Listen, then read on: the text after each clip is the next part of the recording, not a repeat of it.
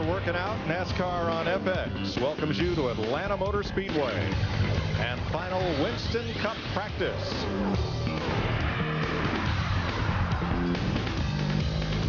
Practice delayed by rain this morning, and the traditional 2 45-minute sessions have been combined into one extended session that began about 10:15 this morning, and will carry you through the next hour live as work goes on in the garage area. Two drivers come here with a lot of momentum from Las Vegas.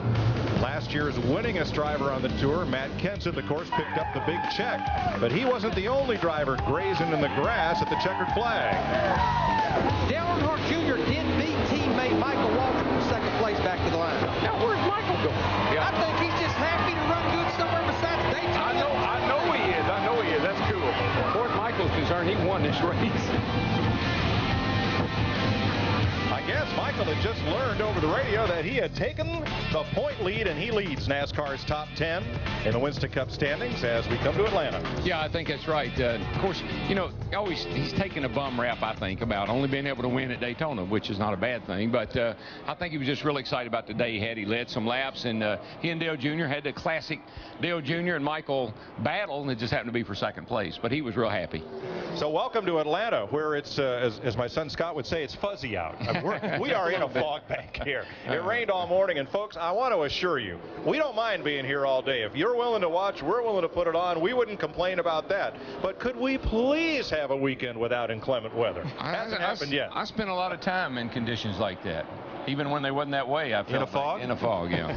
But the good thing, it's not raining. It's only foggy, and the forecast is great for this afternoon, and the forecast is great for tomorrow. So these guys are out there now trying to get these cars ready to race. A lot of different agendas going on out there. You know, as my driver drives this thing off into the corner at almost 200 miles an hour, my first question is, how does it feel getting into the corner? Are you loose? Is it good? Don't ask me that. you know how it feels. It's just a little bit on the shaky side. But what I like about this racetrack is I got to give you that one good lap qualifying. I got to get up on the wheel. I got to try to run this joint wide open qualifying. But when I get ready to race, now I'm backing down to about 186, 187 miles an hour. I know that doesn't sound like we're backing down much, but it feels a whole lot more comfortable when you got that little cushion there. You don't have to try to qualify every lap. Well, the thing about yesterday, fast was not necessarily pretty. We looked at Michael Waltrip a minute ago in a 15 car. I mean, his car was terrible looking, but now I'm going to stand on top of that truck. I don't care what that stopwatch says. If that car don't look good, I'm going to say, hey, driver, bring it on in here. Let's work on it just a little bit. You're probably going to beat me to the you're probably going to beat me to the stick on that one. We'll be talking over each other because I'm coming in, baby. All right, to meet the fastest man in yesterday's qualifying, let's go to a driver who lives in a perpetual fog bank on the Atlantic Ocean coast in Ipswich, Mass. Dick Berggren. Oh, well, it's more like a snowbank this winter, Mike. We have had foot after foot after foot of snow. But Ryan Newman came into this weekend as the guy with the track record in the Busch Series, which is silent this weekend. We had a practice session yesterday. Fastest guy in the practice session, Ryan Newman. We had qualifying yesterday. The guy who's going to start on the pole because he was fastest there, Ryan Newman. And so far in today's practice session, fastest man, Ryan Newman. And get this, they're working on the car, trying to make it still faster. Let's go to Matt Yoakum. Dick coming off his season's best finish of 14th at Las Vegas. Bill Elliott looks to Atlanta, his home track, as a place to have his 2003 coming out party. Elliott has 5 wins here, but none of the new track configuration. Would like to change that this weekend. A stout qualifying effort, rolls off second on Sunday. His race car during this session, very good by himself, but it gets tight behind other cars. So crew chief Mike Ford is making some small, minute changes. He doesn't want to over-adjust and get them out of the ballpark. They feel pretty confident about Sunday. They're just trying to fine-tune their Dodge. To Jeannie Zelasco. And of course, the boys from Ganassi Racing are hoping that this will be a breakout weekend for them as well. You know the team motto, all for one, one for all. That can also work against you. Jamie McMurray shared his notes from testing in Atlanta with his other teammates, Casey Mears and Sterling Marlin. And guess what? All 3 qualified poorly. So today, we're going back to the drawing board for the practice sessions. All 3 cars will try something completely different. And the plan is at the end of the day, they'll get together and they'll share the results from their science projects. And maybe we'll make all 3 of them better for Sunday's race. Thanks, Jeannie. The Hollywood Hotel has been overbooked this weekend, but Jeff Hammond will join us later, maybe later from our Ford covered up car. Did you notice the hands, though? Always got to tell you about the hands. You see Bill, he was sitting there and he was explaining. The only way a driver, you can only say so many, there's only so many words you can use, but the hands tell the story. I'm loose here, I'm pushing there, it's bobbling, it's bouncing, whatever it's doing. Of course, there's Hammond with his hands, and God only knows what he's trying to do. You know, I want to congratulate Jeff Hammond because there was I guess a gun shoot here on Thursday, and he won his class. So I want to congratulate him. But my people this morning told me that there was only one person in his class, and it was Jeff. There's only ever been one person in his class. Nobody in his class. Well, maybe he'll own the Army his gun. Winston Cup practice at Atlanta Motor Speedway. We'll run you down who's fast when we come back.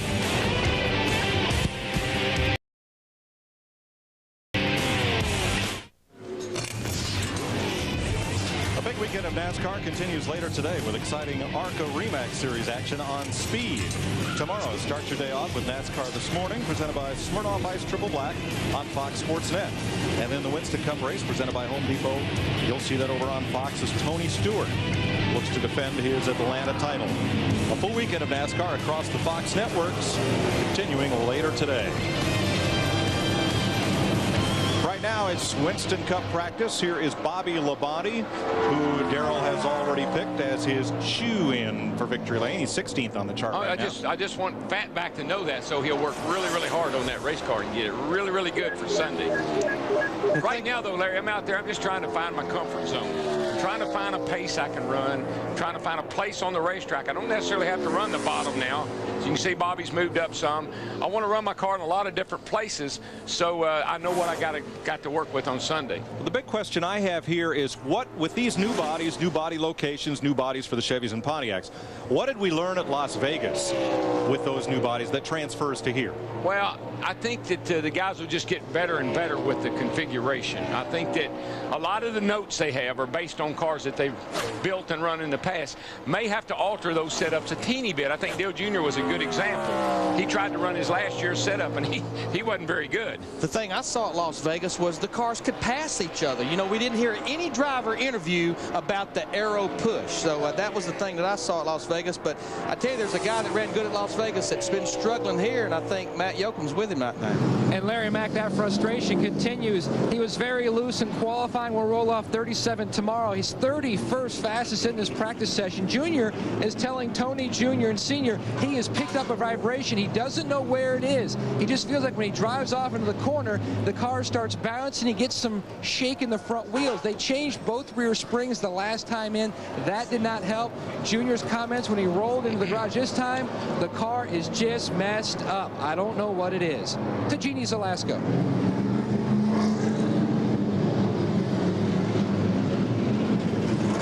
Well, Rusty Wallace just left his garage area, and he had a big smile on his face as the car was here. All they did was change the right rear spring. His teammate Ryan Newman is fastest in practice so far. Rusty is third quick. Car is really, really good. Thanks, Dick. We'll get back to Genie in a moment. Rusty coming back out. Ryan Newman quickest. Tony Stewart. Rusty is third on the practice chart. Based on Dale Jr.'s car from yesterday and what I've seen this morning, that vibration is in the seat. That's where all that vibration is coming from, because he is not a happy camper. The spring's the thing. You know, earlier we heard Genie Zalasko talking about the 42 car testing, which is Sterling Marlin's teammate. That's Sterling in the 40 car. Talked about how they're sharing testing notes. And I read something this past week, and I went and talked to crew chief Jimmy Elledge, who's Casey Mears' crew chief, last night about this. Chip Ganassi, I think he's brought a little bit of the concept of his open wheel racing to Winston Cup. Each car, each team has a hauler that they bring to the racetrack that hauls the cars and all the equipment in. But what he's done, he's set up each trailer to do a specific thing for the race team. Like one particular trailer, there you see the 42 hauler of Jamie McMurray. It has the crew chiefs and the team managers and the engineers in it. That's where they stay during the course of the day for all three teams. One particular trailer has the lounge where all three drivers actually hang out and change and relax, and then one has like all the shot guys in it. I think this is good. This is the reason you're supposed to have multi-teams. This is how you're supposed to utilize it. And it's exactly what you said. It's the concept they use in IndyCar racing. where you actually have, team orders. Who's going to run where almost. So a lot of that is being filtered into Winston Cup, and I really like it. But how many times have we had a team where they run 2 rookies for Rookie of the Year at the same time? I think this is the very first time it's ever happened. So I think that Chip is just using a lot of good wisdom that he has as far as how to organize these guys and get the best results. So instead of having a 3-car team, he has 1 team with 3 cars. Yeah, and I think it's fair. You go in, it's like going to the doctor. They sit down and analyze your problem. The engineers do in the engineering department. You go over in the other area and you change clothes together. You talk about your cars together. I think you spend more time together, it's going to make you better.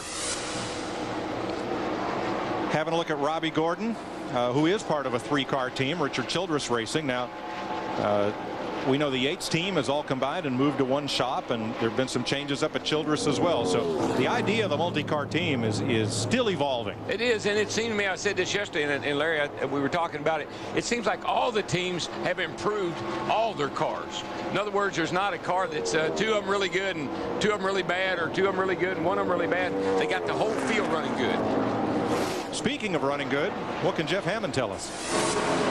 Well, Mike, they kicked me out of the hotel a little earlier, so I'm down beside our Ford Cutaway car and listen to you guys talk. When I walked through the garage today, a lot of the comments that I heard, especially from Sterling Marlin as well as Dale Earnhardt's crew, was the fact the weather kind of snuck up and got them in trouble yesterday. Some of the changes that they made to free their cars up early during the day when the track was cooler got them in trouble come time for qualifying. Well, today I don't think it's going to be a whole lot different, guys. What I think is going to happen, you're going to see a lot of teams working with spring rubbers, trying to get their car to where it's balanced pretty good here with cool conditions, but at the same time, as tomorrow rolls around, look for it to be sunny, track temperature's going up.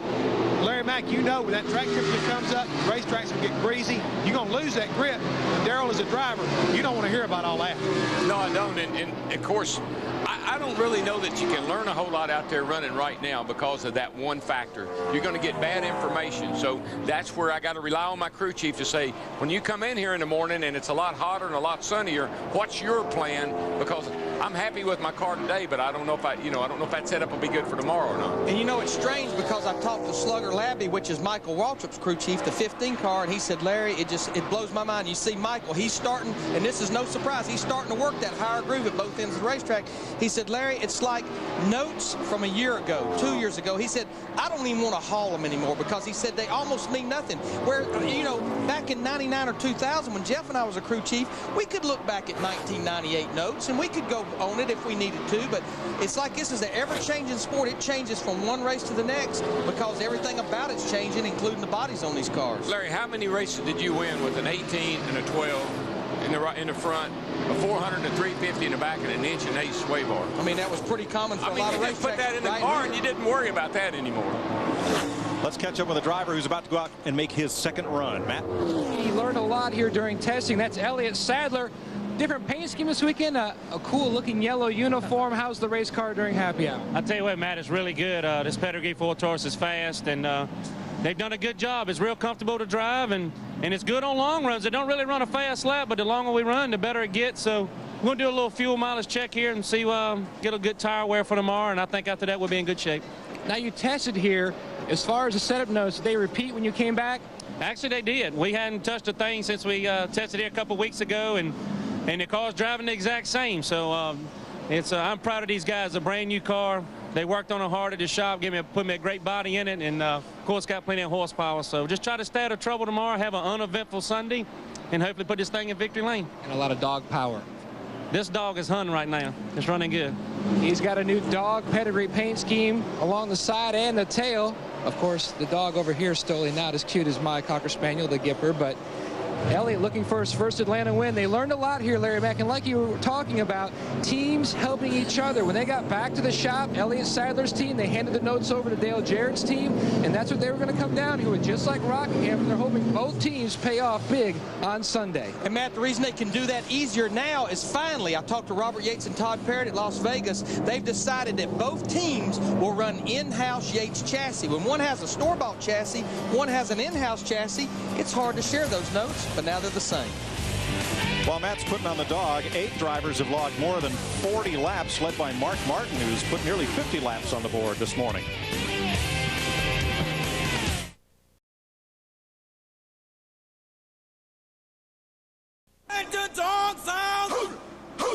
Welcome back to Atlanta. This is not our favorite dog. This is not putting on the dog. This is not Matt Yoakum's dog. It's not and Mongo. it's not Mongo. There's Mongo. Right. Look, he got it on his back right now. Look at that. Seriously, folks. Oh, that's another pun. The company wanted to have a contest to name their little mascot dog, and we all know they use a dog as a mascot because Sirius is a dog star. They wanted to call the dog DJ because Sirius Satellite Radio has DJs, disc jockeys. We got enough DJs in this sport. We got Dale Jarrett. We got Dale Jr. We got DW. We got enough of that. So Mongo has a nice ring to it. I like Mongo. And listen, I know that's a Sirius dog, but, you know, RCA had a dog, too. And it was the RCA dog, but it was Nipper. It had a name, you know. Sirius, I don't believe could be a good name for that dog. I think Mongo is perfect. But I'm going to tell you what, we can talk about what's on the hood, but this car is running good. I mean, he is sitting here right now. He's 8th quickest. He qualified 5th yesterday. And you know, I went to a deal this morning that Jimmy was speaking at, and you can just see excitement in him and in his voice about this race team. Jimmy Smith, the owner, Tommy Baldwin, the crew chief. This is the same car these guys had at Las Vegas. They decided after wind tunneling the car that they was going to bring here, this car was better than the wind tunnel. They turned it around. I mean, you can just see, I don't know, when you walk by their race car, you can just see good fellowship and communication between the whole group. I can see Tommy Baldwin and Jimmy Spencer getting along really, really well. You know, they come from the same part of the country, and they've raced against each other. Tommy Sr. has raced with Jimmy. I mean, I just see that being a really good marriage. Well, whatever we want to call it, this dog will hunt. That's right. It is right now. Nose down, tail up. Jeannie? Well, on the subject of dogs, Jeff Green has 2 of them, and interestingly enough, they are race-related names, yes? Short track in Vegas. They're short track, of course, growing up on the short tracks, but Vegas, my first win in Vegas in the Busch Series. So I know that they're listening to the radio on Sunday. Got a garage that they stay in, and they listen to the radio on Sunday. I'm sure they're listening for the AOL Chevy, see how it's doing. What are the chances of getting another one, maybe naming it Atlanta this weekend? Well, our car's running pretty good. Didn't qualify as good as we wanted to. We qualified 28th, but 500 miles. We just got to make sure our car's driving well, and it's driving pretty good right now. So we're going to make a little more adjustment here and see what that does to us. I don't know if the sun's going to shine or it's going to rain tomorrow, or it's going to be cloudy like today. So that'll make a difference for us. So we'll just have to see. Hope we have enough adjustments in our AOL Chevy to make the right adjustments and just have a good finish. That's all we're asking for. We hadn't had any good finishes yet. We've run pretty good all year, but just hadn't had any finishes to show for yet. A good finish and a little sunshine. That's all we want. Dick? Well, no, we want one more thing. If we're talking about dogs, let me send the message home. Hello, Indy. I miss you. My dog's name is Indy.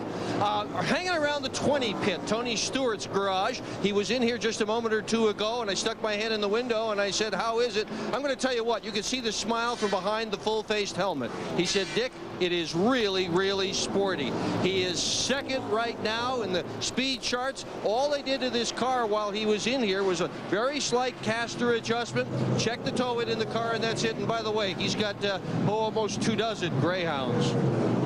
Yeah, he does. I talked to him, you know, earlier this year in an interview, and he was talking about, I said, where's your dog? And he said, man, I got 21 of them. 21? 21 greyhounds. He captures, saves them, or, you know, when they retire from racing, I think he has some kind of program, kind of like Mary Holman George has up in Indianapolis. And you know, it's interesting, they're making a caster change, Darrell. Of course, what caster is, it's how much the spindle leans back or leans forward on each side, and you normally run some caster split, and you can open that split up from left to right and make the car turn a little better, or you can close it up and make it where it's not as loose getting in. That's an interesting change they're making here this late in the practice. But here's the other thing, Larry. If you take a little caster out of that left front, the car will actually turn itself a lot easier than the driver having to do it. This is a 500-mile race. 4 hours they're going to be going around and around in circles here.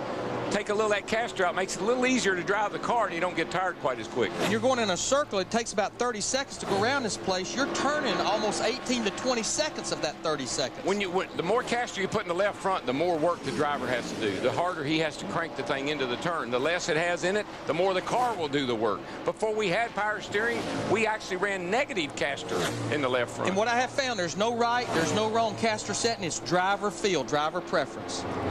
Let's check with Matt. Well, Mike, DW was talking about Tony Stewart and his Greyhounds and the Mary Holman George connection. Actually, last January, Tony put his first 2 dogs up for adoption, Ace and Smoke. Actually, the dog trainer met Tony's pilot, Bob Burris, at the Daytona Regional Airport. Both dogs went on Tony's private plane with Danny the Dude Lasowski holding the reins, flew all the way back to Indiana where his mom met the plane at 3 o'clock in the morning, picked up both dogs. The next day they had new homes, and Tony will tell you the biggest return on investment that he has is not the stock market, isn't a 401k, it's his dog adoption program. That's such a touching story. It is. Tony Stewart is second to Ryan Newman on the speed chart. And last week's winner, Matt Kenseth. They're picking out a set of tires to pop on there and improve from 27th right now. Winston Cup practice rolls on.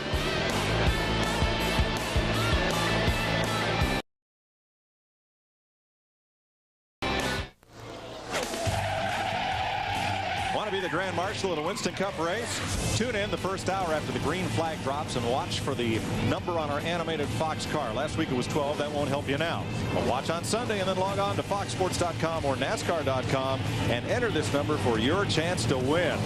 You could start the race riding the pace car and wave the checkered flag next year at The Rock. The Be a Grand Marshal for the Day contest continues Sunday on Fox. That's right. You know, these guys were looking at that tire, Mike and Larry knows this. Sometimes the reason you'll run 25, 30 laps is not to put miles on the engine or anything else. You want to get a reading on the tire wear, and get an idea if your camber, in other words, how much the tire's leaned in at the top, if you've got that right or not. Radial tires are very, very camber sensitive, and they affect the way the car drives probably more than any. Camber affects the way the car drives more than anything else. So you've got those wear holes. You got 3 of them across the tire. You want to look and see if it's wearing more on the inside or more on the outside, and if you need to make an adjustment or not. And Jeff, maybe you can show the folks a little bit of how the camber would look.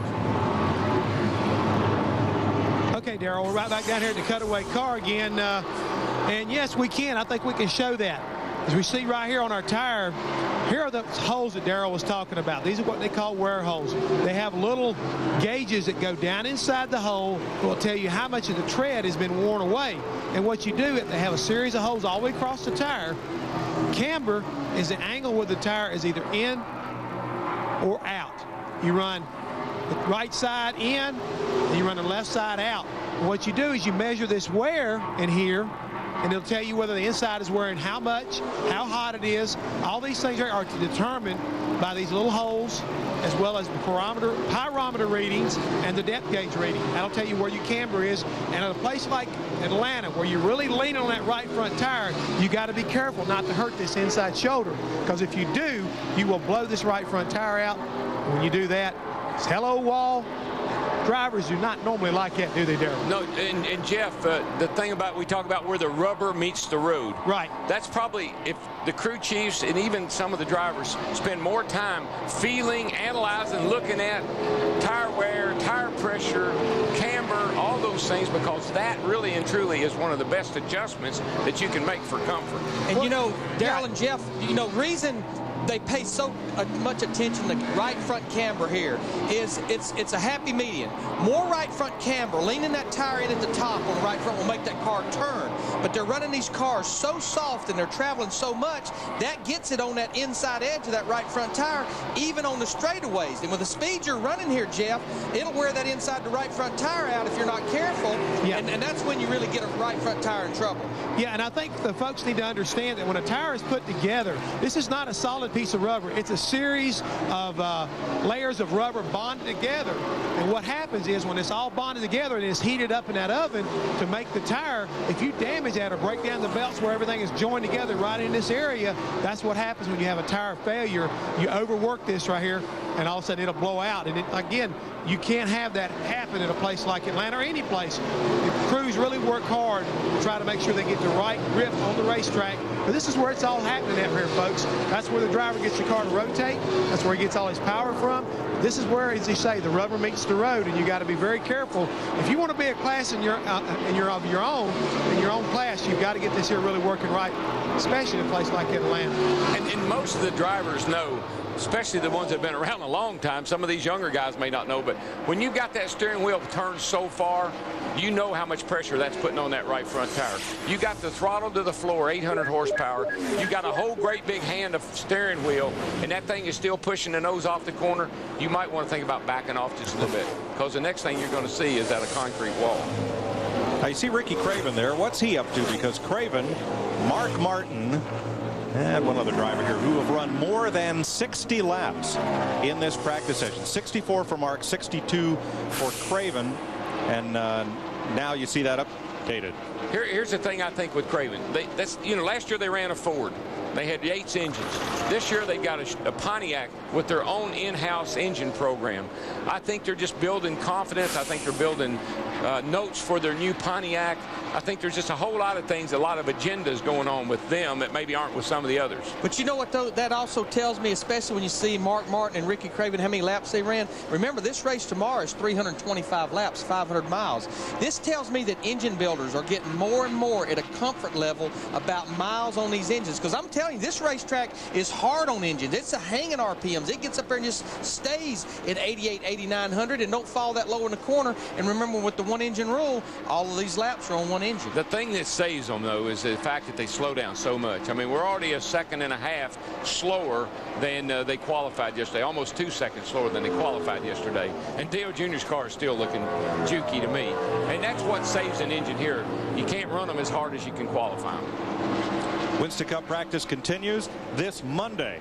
A ceremony took place outside where this car is housed at Dale Earnhardt Incorporated, and an event that I think is unprecedented, maybe not in American history, certainly in the history of driving around North Carolina. Dale Earnhardt's legacy is deeply embedded in North Carolina, and it's a fitting tribute to dedicate Highway number 3 today. Dale Earnhardt is ours, I'm proud to say. A native son of North Carolina. The highway is special to all of us. It runs past our company headquarters in Iredell County and into Cabarrus County. Dale represented a true American hero and role model. This designation is another example of just what he meant to the residents of North Carolina.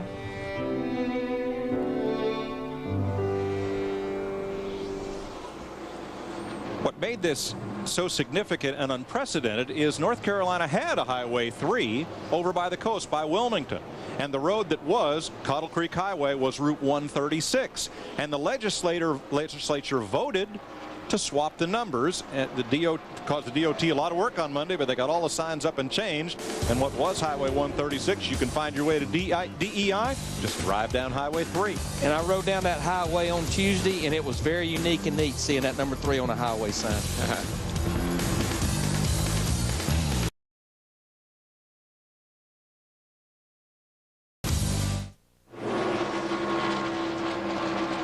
Welcome back to Winston Cup practice. Final practice for tomorrow's 500-mile race that you'll see on Fox.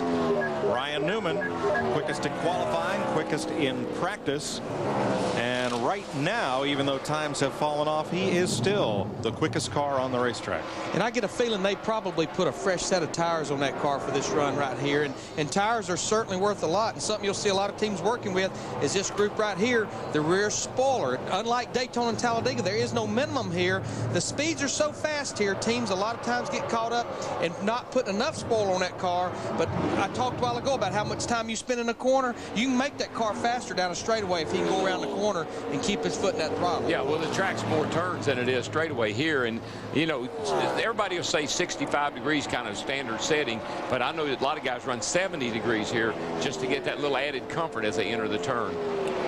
Dick Berggren with the Winston Cup champ. And also the guy who won here last spring and didn't just win this thing, he dominated, led 143 laps. Car pretty good, Smoke. Pretty happy with it right now. It's you know, it's doing everything we want it to do right now. You just wait and see what the weather does tomorrow and how the track will change tomorrow. Okay, good luck to you tomorrow. And we've also been watching Kurt Busch, who is parked right next to Tony, and they have been slinging springs at that thing. 8 of them over the course of this practice session, even though he's 5th quick. To Matt. Dick, another driver who had a loose race car in qualifying and paid for it with his starting spots, Dave Blaney. He will roll off 27 tomorrow. This session, he has 12 passes. At the beginning of the run, he told his crew chief, Booty Barker, I really like the race car, but later in the run, when he goes down on the bottom lane, the car gets extremely tight. He said it's real snappy and bad loose when he tries the high side. Booty Barker looked at the tire temperature sheets, loved what he saw, but they made a shock change all the way around, and they've got on a set of sticker brand new tires just to try and tweak and just fine-tune that 77 car. They're pretty confident about tomorrow. To Jeannie Zalasko. Well, reigning Busch champ and Cup rookie Greg Biffle, of course, missed last week's race when he didn't qualify, and he really called it an eye-opener. They've been struggling in the garage today. Greg said the car was terrible around other cars. He could barely drive it, making all kinds of adjustments. He was so anxious, guys, to get back out here on this last run that his crew chief, Randy Goff, wanted to make a few more adjustments, but Greg started to back the car out, and he had to say, wait, come back. We want to work on the rear spoiler, and then you can get back out there. We still have 15 minutes. Don't worry about it. Sometimes, Darrell, the only thing tougher than working every single Sunday is having a weekend off. I know we have great telecasts, and I know people enjoy what we do, but a driver does not enjoy sitting on the couch watching it.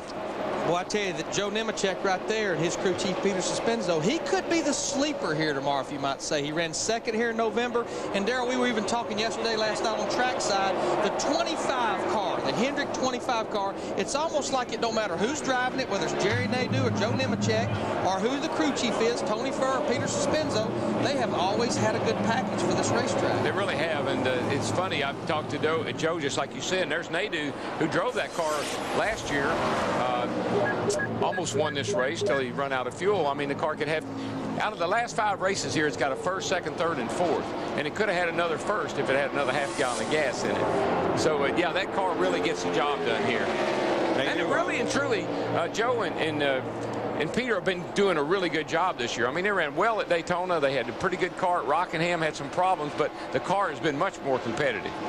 And Nadeau has taken that experience from the 25 and evidently applied it here, because he's ninth quick. He's in good shape here. And these guys need a good run. I mean, they have ran well this year, but their finishes don't show it. They have finished 22nd or worse in the first 3 races, so they need a good run. You know, Larry, I just think there's some good combinations that are just getting to know each other. He and his crew chief, Ryan Pemberton, and Joe and Peter, those guys are all just getting on the same page, and I think before the year's over, we're going to see a bunch of guys running better than they started the season off. The car right behind him, that 11 car, Brett Bodine, orange and white car, he's running good. I mean, right now he's about 20th quickest. He's decided, hey, let me throttle back here a little bit. Let me run a limited schedule where I can go test, be well prepared for each race, and I think that's going to pay off as long as you were telling me earlier, as long as he don't get sucked into the fact that has a couple of good runs. It's like, okay, let's go back and run them all. But you know what's helping him, I think, a lot, too, is his old crew chief, Mike Hillman, is back over there. Mike's a sharp guy. He's a good guy, and he and Brent, they go together. They just got that personality that kind of that matches up, I believe. So that's going to help him. You know what Brett did this week that was kind of fun? Went on the inaugural flight of Hooters Air. They now have an airline. I wonder if they have crispy wings. You won't go there? Darrell speechless. I won't go there. We'll go here, and we'll be right back.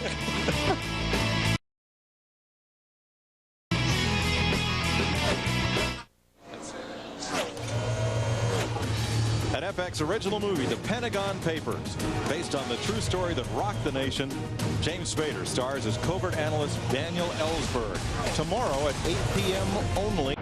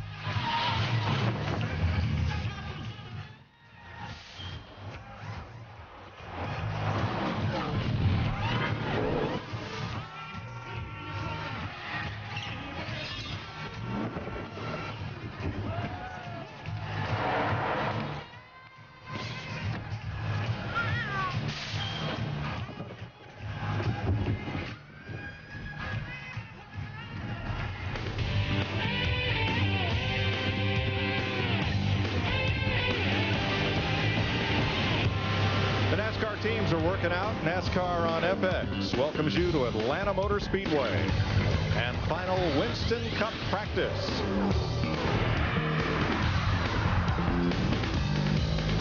Practice delayed by rain this morning, and the traditional 2 45-minute sessions have been combined into one extended session that began about 10:15 this morning, and will carry you through the next hour live as work goes on in the garage area. Two drivers come here with a lot of momentum from Las Vegas. Last year's winningest driver on the tour, Matt Kenseth, of course, picked up the big check, but he wasn't the only driver grazing in the grass at the checkered flag. Dale Earnhardt Jr. did beat teammate Michael Waltrip from second place back to the line. Now, where's Michael going? Yeah. I think he's just happy to run good somewhere besides Daytona. I know he is. I know he is. That's cool. As far as Michael's concerned, he won this race. I guess Michael had just learned over the radio that he had taken the point lead, and he leads NASCAR's top 10 in the Winston Cup standings. Yeah, Matt, I talked to Scott Miller. You saw him talking to Ricky Craven there. That's Ricky's crew chief. And he said, you know, the wind tunnel is telling us this Pontiac has the same balance numbers as our Ford Taurus did last year. But we feel like the thing is different is this body location. That's what's throwing us a curve. Getting into the final minutes of Winston Cup practice. Pole sitter Ryan Newman talking things over. And we'll be right back to Atlanta after this.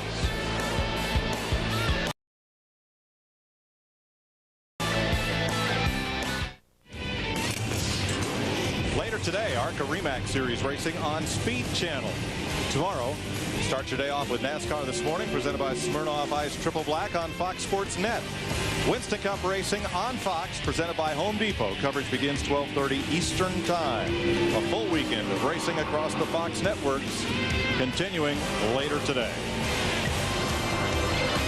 Matt Kenseth has climbed out of his car because moments ago he had a big moment up in turn number 4. He's going the wrong way now. He was going the wrong way then. Watch this sucker. I mean, I was looking up. I caught him out the corner of my eye. He gets up high. That back end just starts around. And look at Michael. Where are you going, buddy? Gordon, 24 car right there. But the beautiful, I mean, he saved that thing. I know all 4 tires. I don't know if he had a tire going down or not. There's a possibility the way the thing just kind of comes around with him. That's remarkable, because right about here you're thinking, hello, wall. Oh, hello, everybody. There goes Michael. Gordon's down there. I mean, the thing just, the roof flaps came up, kept it on the ground, gave him some control, and he brings her in the pits. This is how fast it really happened, though, right here. Not many times you'll see a car spin right there and not hit that outside wall. You know what I always say about that? Boy, I'm glad that happened today. I'm glad I didn't start the race that way, because that could have been tomorrow in front of the whole field. It probably wouldn't have been that lucky. So what are we doing? We're practicing. We're trying a few things. And that's one thing that we know we don't want to do. Whatever that is, whatever setup that is. Right. Janie? Well, if practice does indeed make perfect, we may be just as close as possible, Mr. Ryan Newman. Just 37 laps out here. I guess you're pretty happy with the car. Yeah, we're just, trying to fine-tune a little bit and not mileage the motor up too much, and just get a good feel for the all-told Dodge on the racetrack. We started out practice, it was kind of hairy because of the mist in the air and the fog and everything else, so we played low a little bit there, and then went back after it again later. Maybe this will be one of the weekends you can actually get a true test from a practice session and bring it into your race setup. Yeah, it'll be interesting though tomorrow to see what the weather's going to be like. It's supposed to be nicer this afternoon, I guess, and I don't know, we'll have to see, but hopefully everything carries over. All right, well, so far so good. Dick? Kenseth, what an incredible save. What happened out there? It's better to be lucky than good, I guess. Just lucky we held on to it, but we had a really great car, and Michael was staying with me, and I thought we were handling so good we would have drove away from everybody, and I just wanted to try some different grooves, and I got a little loose in 1 and 2, and I should have known better, and I went up on the high side in 3 and 4, and it wasn't really seasoned in that good yet, and I just got in the gas early, and it just got away from me. So it's a dumb mistake, but I'm pretty thankful it's sitting here in one piece. We got a really good car. And your crew is thankful they had you behind the wheel. Mike Joy? That was quite a save. Whether it was lucky or good, it was a heck of a save. Ryan Newman is fastest in this practice. Tony Stewart, Rusty Wallace, Mark Martin, 2 Fords, a Chevy, 2 Dodges in that Fast 5.